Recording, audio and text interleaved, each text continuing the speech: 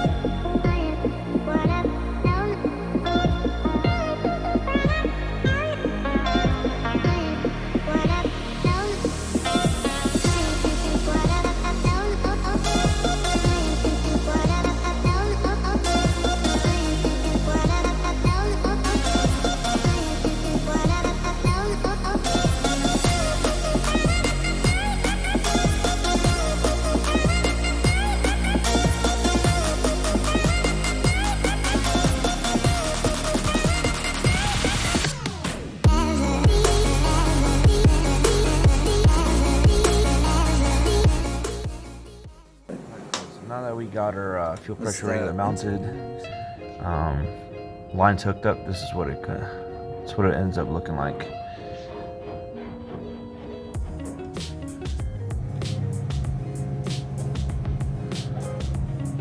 Looks like it came out pretty good.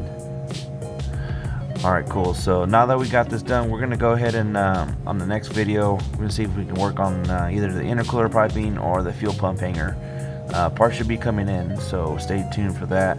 Also, if you want to be following on the build, links to the videos in the description or even up here, so you can kind of see what we got going on.